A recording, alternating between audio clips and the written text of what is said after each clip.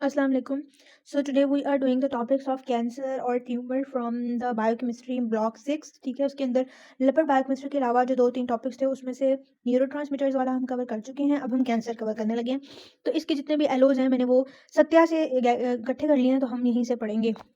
Harper से बहुत extensive है, बिल्कुल छोटा सा टॉपिक है, तो आपको वहाँ से करने की जरूरत नहीं है, आप यहाँ से इसको कवर कर सकते हैं। ठीक है, so let's start. What is cancer? ठीक है, तो कैंसर एक्चुअली है क्या? नॉर्मली हमारे सेल्स जो हैं वो डिवाइड कर रहे हैं sequentially and there is a complete control over the division and there are many check points to check if there is any abnormality in the division और नॉट। अगर वो चेक पॉइंट्स पे कोई मसला हो जाए या कोई ऐसा प्रोसेस हो जाए जिसकी वजह से डिवीजन बहुत एक्सेसिव हो जाए कि वो अनकंट्रोल्ड हो जाए, तो उस चीज़ को या it can lead to cancer. ठीक है, तो cancer is characterized by the loss of control of cellular growth and development leading to excessive proliferation and spread of cells. ठीक है, और ये जो कैंसर है ये एक जगह पर लोकलाइज भी रह सकता है और स्प्रेड भी कर सकता है। लोकलाइज हो तो हम उसको बिनाइन ट्यूमर कहते हैं, और या मेलिग्नेंट बिनाइन कैंसर कहते हैं। और अगर वो मेटास्टेसाइज करे, यानी मेटास्टेसाइज का मतलब होता है ओरिजिन जहाँ से ओरिजिनेट हुआ है वहाँ से वो माइग्रेट करके किसी दूसरे टिश्यू में चले जाए, तो उसको हम मेटास्टेसिस कहते हैं, और उस ट्यूमर को हम मेलिग्नेंट ट्यूमर या मेलिग्नेंट कैंसर कहते हैं। ठीक है, तो this is the basic introduction. उसके बाद जो है वो यहाँ पर बताया हुआ है कि जो एपिथेलियल सेल से कैंसर अराइज करते हैं उन्हें हम कार्सिनोमास लेबल करते हैं, और जो कनेक्टिव टिश्यू से अराइज करते हैं उन्हें हम सार्कोमास लेबल करते हैं। ठीक है, ये टर्म ऑन एंड ऑफ आपने यूज़ करी होगी पैथोलॉजी में और डिफरेंट जगहों पर, तो आपको डिफरेंस पता होना चाहिए कि कार्सिनोमा और सार्कोमा में क्या डिफरेंस होता है। एडिनोमा भी एपिथेलियल सेल का कैंसर होता है। ठीक है, सो उसके बाद है इंसिडेंट्स। ये हमारे सिलेबस में इंक्लूड नहीं है और ना ही ये इंपॉर्टेंट है, just for the sake of general knowledge आपको पता होना चाहिए। First largest killer disease is the coronary heart disease in cancer, second largest killer disease. ठीक है, उसके बाद है जी कि कैंसर डेवलप कैसे होता है। बहुत सारे मैकेनिज्म्स हैं, बहुत सारे फिजिकल केमिकल इन्वायरमेंटल एजेंट्स हैं that can interrupt with the normal division process, और वो इवन मॉलिक्यूलर लेवल पर जाकर जो डिवीजन का प्रोसेस है उसको जो है वो एक्सीलरेट कर देते हैं कि वो बॉडी के नॉर्मल कंट्रोल से बाहर निकल जाता है और वो कैंसर की तरफ लीड कर सकता है। ठीक है, and there are some diseases like viral diseases जो कि कैंसर कॉज करती हैं। ठीक है, तो यहाँ पर कुछ वायरसेस की एग्जांपल दी हुई है कि adeno virus, herpes virus and पेपो virus. ठीक है, जो डिफरेंट मैकेनिज्म्स के थ्रू ये डीएनए पर एक्ट करती हैं। ठीक है, क्योंकि अल्टीमेट जो कल्प्रिट है हमारे पास कैंसर के अंदर वो डीएनए है। डीएनए लेवल पर चेंज आता है तो कैंसर स्प्रेड होता है।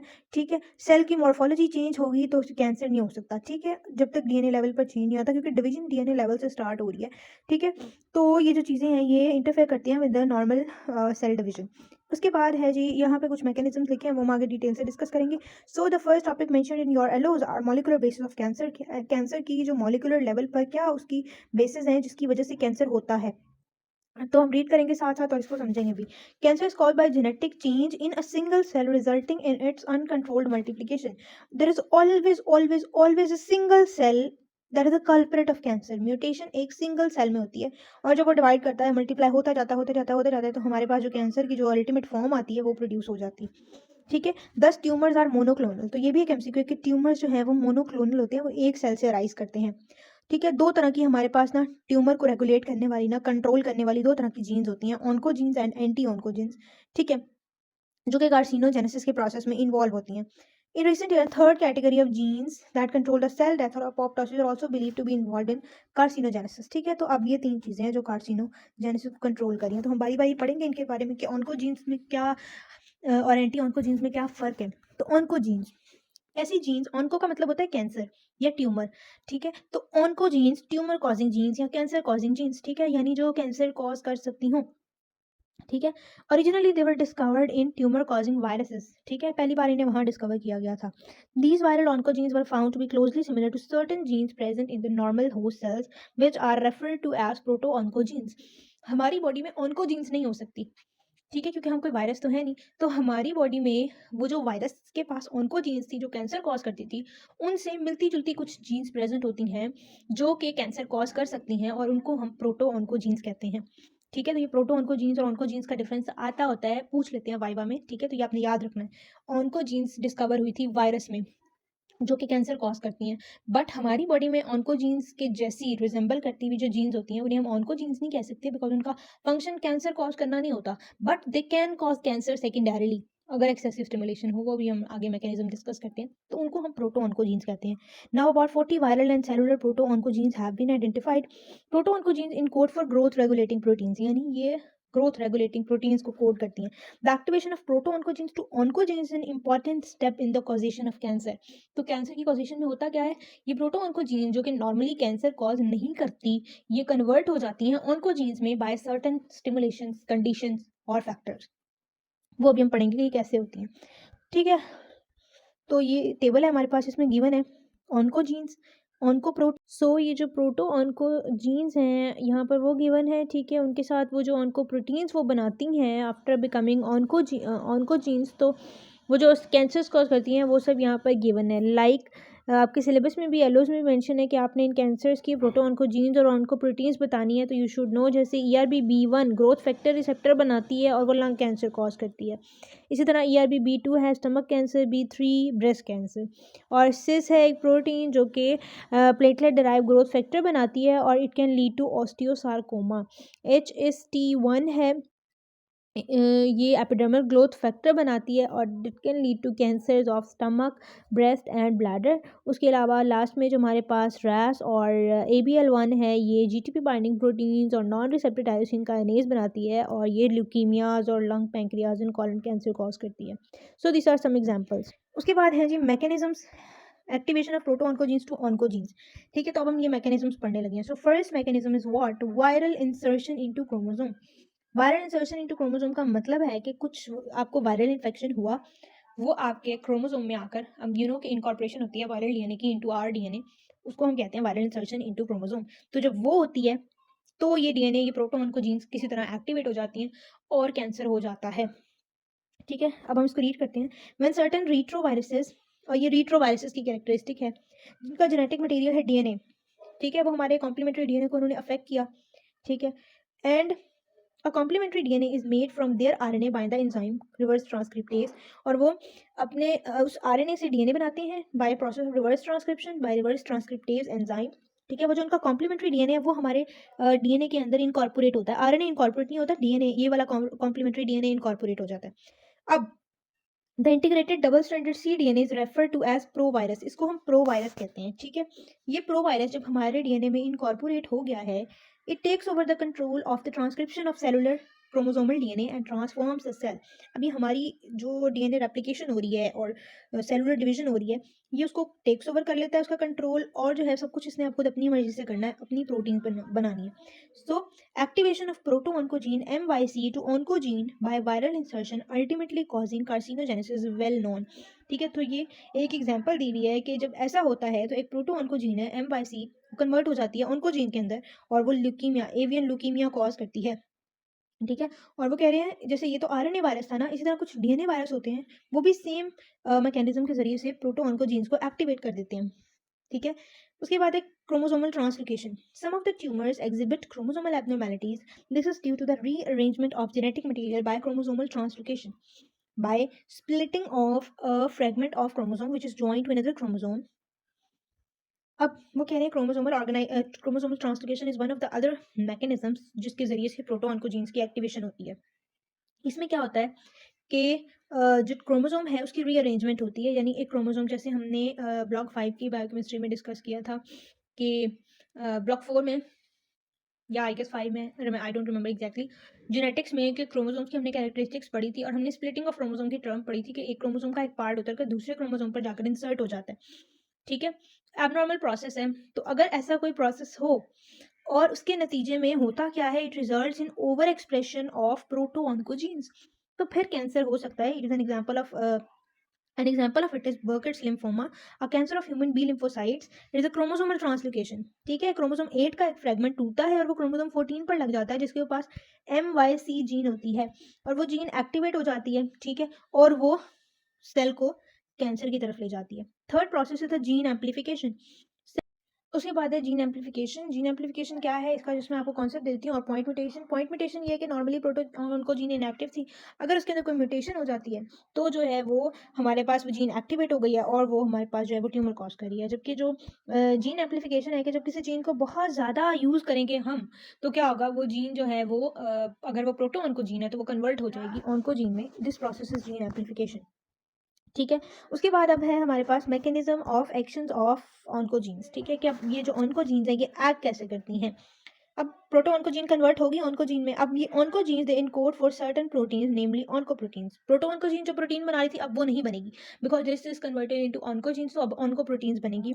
ये ऑन्कोप्रोटीन्स क्या होती हैं, जो these are the altered version of their normal counterparts and are involve in the transformation and multiplication of cells.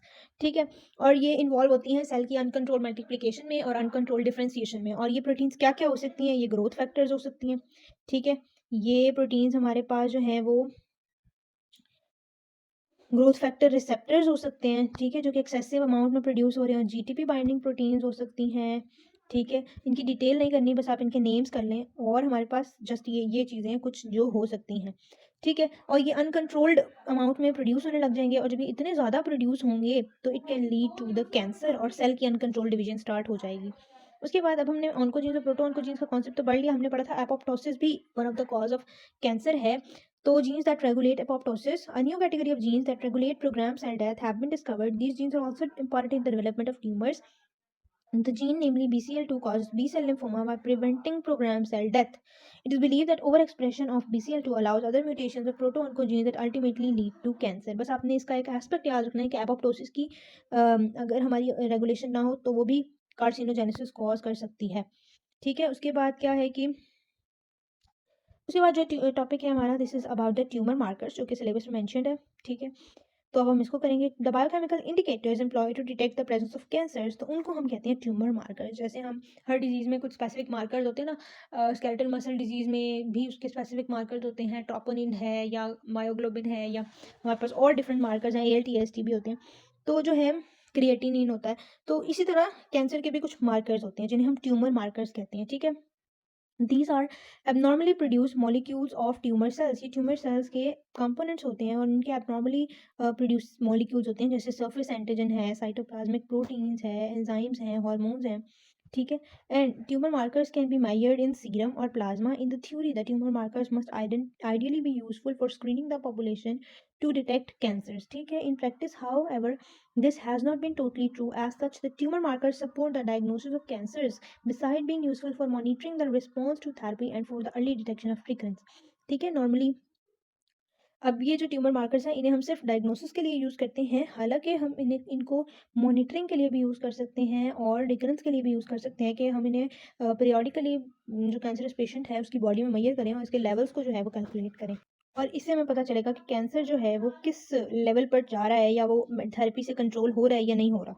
ठीक है, a couple of most common use tumour markers are discuss below, जिसमें carcinoembryonic antigen है। ठीक है, और आपने बस इनके नेम्स याद करने हैं और किस कंडीशन में हम इसको मेजर करते हैं वो याद करने हैं। ठीक है, it is produced by the embryonic tissue of liver, gut and pancreas. ठीक है, और इसे हम जैसे कोलोरेक्टल कैंसर है उसमें ये आइडेंटिफाई होता है, और several cancers of colon, pancreas, stomach and lung, इनके कैंसर्स में हम इसको डिटेक्ट कर सकते हैं बॉडी के अंदर। अगर हमें सस्पेंशन है, we are suspected of these kind of cancers, तो हम उनका जो है वो कार्सिनो एम्ब्रियोनिक एंटीजन करवाते हैं। ठीक है, उसके बाद है alpha fetoprotein. Alpha fetoprotein is characterized by chemically a glycoprotein normally synthesized in yolk sac in early fetal life. ठीक है, अगर इसका जो है वो एक अडल्ट पर्सन में, लेट सपोज इसका लेवल्स बहुत ज़्यादा हैं, तो अडल्ट पर्सन में इसके लेवल्स इतने ज़्यादा होने नहीं चाहिए, बिकॉज ये तो फीटल लाइफ में बन रहा है। तो जो है it indicates the cancers of liver and germ cells of testis, to some extent carcinomas of lung, parenchymas and colon. ठीक है, तो अल्फा फीटोप्रोटीन इतना स्पेसिफिक नहीं है जितना हमने कार्सिनो एम्ब्रियोनिक एंटीजन पढ़ा था। ठीक है, लेकिन हम इसको जो है वो यूज़ कर सकते हैं। एलिवेटेड लेवल्स जो हैं वो हमें सिरोसिस के ज़्यादा इंडिकेशन करते हैं। ठीक है, उसके बाद ये भी कुछ एग्जांपल्स दी हुई हैं ट्यूमर मार्कर्स की, जैसे ऑन्कोफीटल एंटीजन्स जो हैं वो हमारे पास कार्सिनो एम्ब्रियोनिक एंटीजन है, अल्फा फीटोप्रोटीन है, कैंसर एंटीजन है, और ये इन कंडीशंस में जो है वो as a tumour marker indicate होते हैं। जैसे हार्मोन्स हैं, ये कोरियो कार्सिनोमा में कैल्सिटोनिन हमारे पास कार्सिनोमा मेडुलरी थायराइड, और कैटेकोल अमीन्स जो हैं वो फियोक्रोमोसाइटोमा न्यूरोब्लास्टोमा में हमें as a tumour marker indication होगी। एंजाइम्स में prostatic and phosphatase, prostate cancer में न्यूरॉन स्पेसिफिक एनुलेज, न्यूरोब्लास्टोमा में एंड प्रोटी, prostate specific antigen prostate cancer में, और इम्यूनोग्लोबुलिन मल्टीपल माइलोमा में एज ट्यूमर मार्कर जो है हम इसको यूज़ कर सकते हैं। ठीक है, तो दैट इसके अलावा एक और चीज़ है, that is the concept of tumour suppressor genes. जैसे हमारी बॉडी में ऑन्कोजीन्स होती हैं, वैसे ही ट्यूमर सुप्रेसर जीन होती हैं। ठीक है, tumour suppressor genes are like gate keepers और care takers. Their functions of tumour suppressor genes are like gate keeping का जो फंक्शन है, it control cell proliferation and include mainly genes that act to regulate the cell cycle and apoptosis, ठीक है, जो दोनों in process को regulate कर रही होती है, ठीक है। और केयर टेकर जो जीन प्रोडक्ट्स हैं, जो इसके केयर टेकिंग वाला फंक्शन है, that is concern with preserving the integrity of the genome and include genes whose products are involve in recognizing and correcting DNA damage and maintaining chromosomal integrity during cell division, ठीक है। तो ये हमारे पास जो है वो ट्यूमर सुप्रेसर जीन्स का फंक्शन है। ये ट्यूमर्स जो ऑन्कोजीन्स हैं उनको सुप्रेस करके रखती हैं, ठीक है। इसके बाद आपने इनका डिफरेंस याद कर लेना है, ट्यूमर सुप्रेसर जीन्स और ऑन्कोजीन्स का। ऑन्कोजीन्स जो हैं ये हमारे पास क्या करती हैं, they mutation in one of the two alleles is sufficient, यानी जो प्रोटो ऑन्कोजीन्स होती है ना, उनमें एक एक भी अगर एलील में म्यूटेशन आ जाए तो वो ऑन्कोजीन में कन्वर्ट हो सकती है। जबकि ट्यूमर सुप्रेसर जीन जो है उस वो भी ऑन्कोजीन में कन्वर्ट हो सकती है, लेकिन तब अगर उसकी दोनों एलील्स में जो है वो म्यूटेशन हो। उसके बाद है gain of function of a protein that signal cell division, it results in gain of function of a protein that signal cell division. और ये क्या करती है, ये loss of function of a protein cause करती है ट्यूमर सुप्रेसर जीन, ताकि excessive cell division ना हो। Mutation arises in somatic cells not inherited, ये इनहेरिटेशन नहीं हो सकती इसकी, क्योंकि सोमेटिक सेल्स में म्यूटेशन होती है। Mutation present in germ cells और इन सोमेटिक सेल्स, जो जर्म सेल में होगी ट्यूमर सुप्रेसर जीन में अगर म्यूटेशन, तो वो इनहेरिट हो जाएगी और सोमेटिक सेल में नहीं होगी। उसके बाद है जी, इसकी सेम टिश्यू प्रेफरेंस है, हर टिश्यू में ये सेम इंटेंसिटी से जो है वो रेगुलेट होगी। And it is often strong tissue preference affect on RB gene in the retina, यानी इसकी कुछ टिश्यूज के अंदर प्रेफरेंस ज़्यादा है जहाँ पर ये स्ट्रांगली एक्ट कर रही होती है, और कुछ टिश्यूज में इसका उतना स्पेसिफिक रोल नहीं होता। तो ये कुछ इनके डिफरेंस थे। उसके अलावा मेरे पास एक टेबल है, ये टेबल आ सकता है वाइवा में, और जो है हमारे पास एमसीक्यूज में, ये आपने टेबल याद कर लेना है। और इसमें से भी क्या क्या याद करना है वो मैं बता देती हूँ। जैसे MYC एक जो ऑन्कोजीन है, ठीक है, ये ऑन्कोजीन है that encodes a DNA binding transcription factor P53 that can alter transcription. ये DNA binding transcription factor encode करती है P53, जो कि हमारे ट्रांसक्रिप्शन रेट को ऑल्टर करता है, ठीक है, cell growth, cell cycle projection and DNA replication, ठीक है। और ये डिफरेंट ट्यूमर्स में जो है वो म्यूटेशन इसकी हो जाती है। P53 क्या है, P53 एक ट्यूमर सुप्रेसर जीन है that responds to various cellular stresses. It induces cell cycle arrest, apoptosis, senescence, DNA repair, and is involved in some aspects of regulation and cellular metabolism. It has been named the guardian of the genome, mutated in some 50% of human tumors. ठीक है, ये mutation होती है तो इसका tumour होता है, normally ये ट्यूमर प्रोडक्शन को इनहिबिट कर रही होती है। उसके बाद RAS है, it is also a family of oncogenes. उसके बाद RB है, ये हमारे पास ट्यूमर सुप्रेसर जीन है।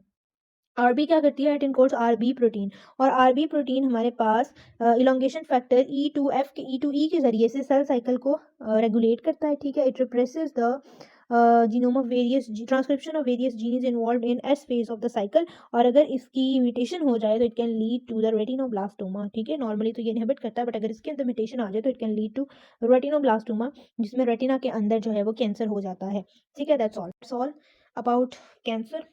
तो नेक्स्ट लेक्चर में we will discuss xenobiotics. Thank you so much for watching. Allah.